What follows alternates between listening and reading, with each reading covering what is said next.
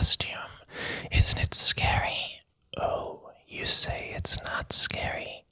Well, wait until you find out that it's made out of the corpse of one of my victims. Oh, fell off. It's made out of the corpse of another sock puppet that I murdered. Let me put it back on. It doesn't fit very well because corpses usually aren't meant to be worn. Ooh, scariness. So there it goes, falling off again. Oh well, giving up on that costume. Anyway, today we'll be hearing a story that I will be making up as we go along. So hopefully you enjoy it. Let us begin. The story is entitled The Vampire of Desire. It is about a vampire who not only kills and sucks blood, but also loves. Isn't that sweet? But wait till you hear the story, it's not so sweet. And let us begin now. Once there was a vampire. His name was Larry, and he was no ordinary vampire, for he was a vampire of desire. His name invoked fear, but also made you think, hey, that's cool, it rhymes.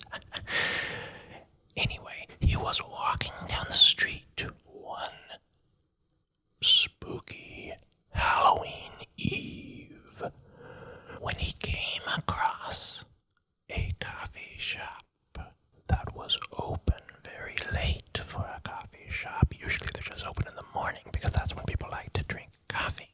But this one was open in the evening of All Hallows Eve. And he thought to himself, I have a thirst for blood, but also a coffee. What happened to my background? I think the battery died. Oh, not again. Why do I not charge batteries before I start recording? Come on, this is your job. I'll be back. We're back. Where was I? Larry approached the coffee shop and went inside, for he had a thirst for not just blood, but some coffee. He went up to the counter, and there was a woman on the other side. The woman greeted him. Greetings, she said, and welcome to my coffee shop. Would you like something to drink? And Larry said to her, why, yes, as he looked at the menu on the wall behind the barista. I would like to have that one right there. Which one? She said. Oh, yeah, said Larry. I forgot to point as I said that one. So he pointed and said, I would like the mocha chocolate latte grande. Wow, said the woman. Nobody's ever ordered the mocha chocolate latte grande. Usually they order the small. She turned and walked over to the espresso machine. But as she turned, Larry caught a glimpse, a glance, a view of the most luscious derriere he had ever beheld with his 2 eyes. He thought to himself, oh wow, I would love to sink my vampire teeth into those cheeks.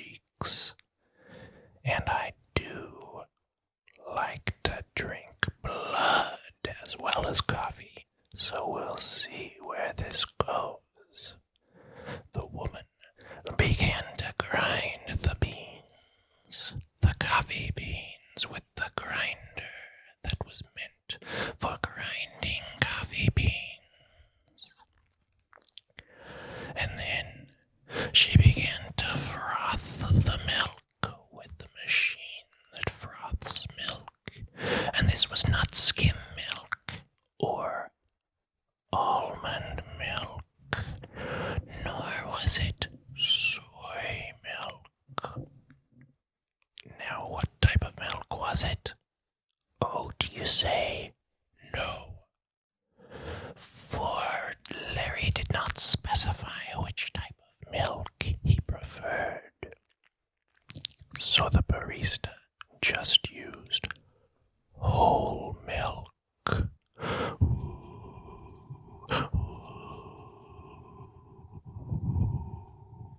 How many cows' teats had to be abused to acquire this whole milk, you ask? No one will ever know.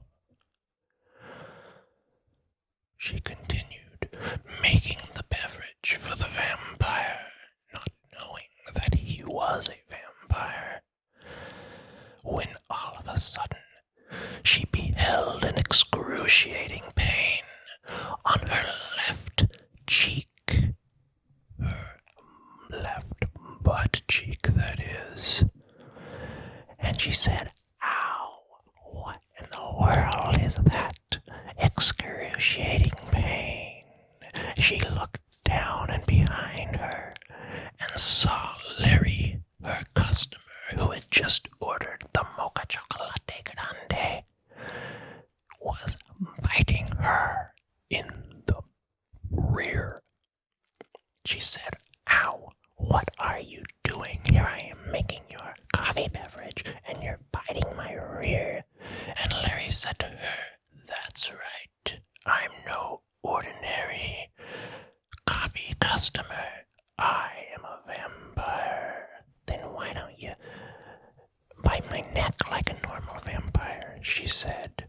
"Because I," said Larry, "am a vampire of desire, and I desire to bite a booty." Well, little did he know that the barista was prepared. She opened a drawer and pulled out a wooden stake. But it wasn't just a wooden stake, because why would there be a wooden stake at a coffee shop? It was a knife, and the back end of the knife was made of wood, and it was sharpened. So this knife had a sharp knife end. I'm just trying to explain it to you. It had a sharp knife end, but also the other end was a wooden end that was also sharp. So she turned it around because the vampire said, "You're going to try to stab me with a knife? Don't you know I'm a vampire? You can't kill me with a knife." And she said, "But this is no ordinary knife. The back end is a wooden stake." She turned it around and thrust it into his chest. She then leaped over the counter and ran out of the coffee shop for safety. And Larry stood there behind the counter where he didn't belong because he was not an employee of this establishment, with a knife backwards shoved into his chest. And he thought to himself, "I'm dying. I'm dying, all because I desired too much booty. Why was this the life I chose? Why did I choose to also consume coffee? Most vampires don't consume coffee. Why did I? All I wanted was a mocha chocolate grande, and now I'm going to die a lonesome death. I will never know love. How can a vampire of desire die without ever knowing love?" But then the door opened once more, and lo and behold, it was the barista. returned with a large, special vampire band-aid. She said, "Larry, I'm sorry. I'm sorry what I did to you. I didn't want to kill you. I just didn't want my butt bitten by a vampire because it hurt really bad. But I decided as I ran for safety that I am in love with you. Why would I fall in love with a vampire who is trying to kill me? I don't know. Life is weird that way. But here I am with this giant, special vampire band-aid that I bought from a shaman down the street. And we're going to fix you up." She removed the wooden stake from Larry's cold, cold heart and put the band-aid in its place. Magically, his wound was healed. And also magically, his coffee, the mocha chocolate grande, was still hot. He grabbed the mug from the counter and began drinking it and said, "Wow, barista woman, I don't even know your name. What is it?" And she said, "You'll never know. Because that band-aid was not a healing band-aid, it was a killing band-aid." "No," said Larry the vampire, as his body slowly consumed itself from this poisonous vampire killing band-aid that was on his chest. He melted into himself. And then the barista said, "Oh yeah, you know what the secret ingredient was for that band-aid that kills vampires? It was the mocha chocolate grande. When you combine it with the band-aid, it kills vampires." Larry fell to his death and his body disintegrated into the floor. The woman barista pulled out from a closet a broom and began to sweep up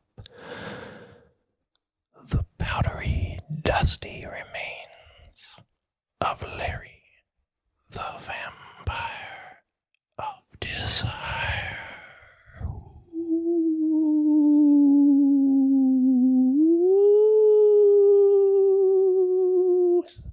The end.